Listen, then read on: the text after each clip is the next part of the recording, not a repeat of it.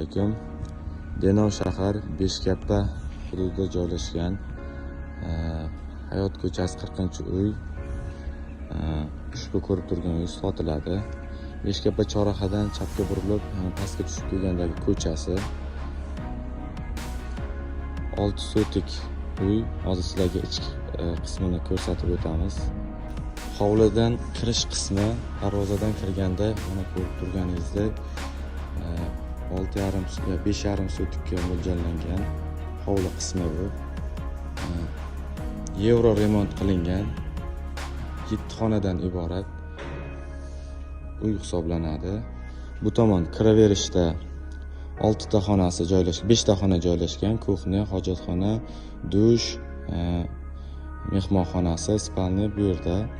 Bu joyda joylashganda ham 2 ta xona, alohida dush, banni mavjud. Uyda bu qismidan kelganda yon boshida joylashgan, yoz uchun mo'ljallangan kuxnyasi, ya'ni o'choq, bu yerda kuxnalari mavjud. Nasoslar qo'yilgan, filtr qo'yilgan alohida suv uchun. Bu yerda ham hojatxonasi va kladovkasi mavjud. Bu yoqda uyda orqa qismi ham bor, yo'lak. Kirganda mana proxoshka. Uy общий 5 xonadan iborat, mebellari, jihozlari bilan beriladi. Xo'p, kirganimizda o'ng qo'lda oshxona.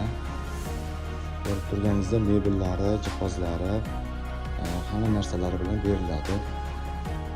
Kuxnyada Toshkentdan olib ishlangan eng qimmat rusumdagi mebellar ishlatilgan.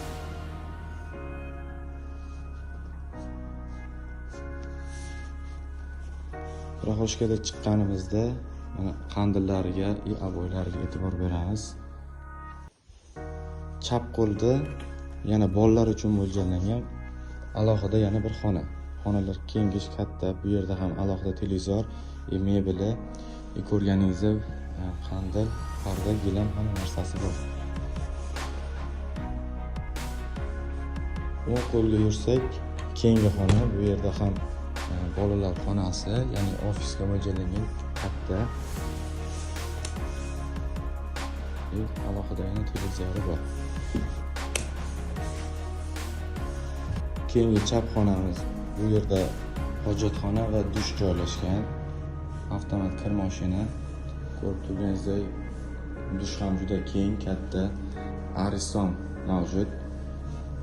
Undan chiqib to'g'riga yursak, proxoshkada, ya'ni eshikdan kirgan to'g'rida bu yer mehmonxona hisoblanadi. Mehmonxonamizda ko'rishingiz mumkin. Eng oxirgi mebel jihozlar bilan jihozlangan. Qandillarga ahamiyat bersak, har bir xonada bir xil tartibdagi dizayndagi o'sha qimmat qandillar ishlatilgan. Mebellari ham, televizorlari ham har bir xonada mavjud.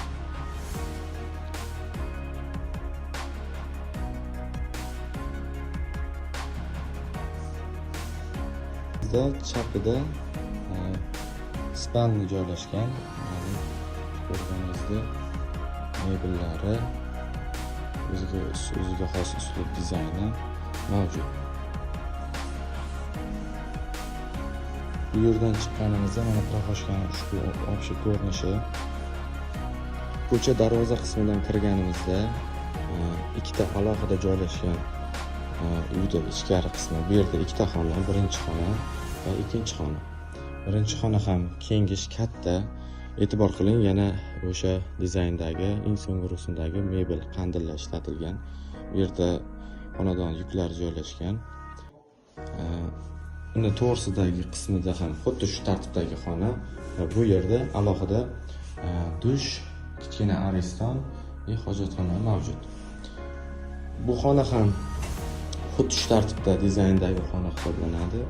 Kirganimizda bu yerdagi 5 ta xonasi va bu tomonda общий hovli qismi. Ko'rib turganingizda tennis, ya'ni o'yin uchun, ping-pong o'yini uchun bu yerdagi ayvoncha supasi va bu yerdagi kachilasi bilan hamma narsasi bilan beriladi. Yozgi kuxnya oshxonadan o'tganda mana kladovka qismi, ya'ni omborxona desa bo'ladi.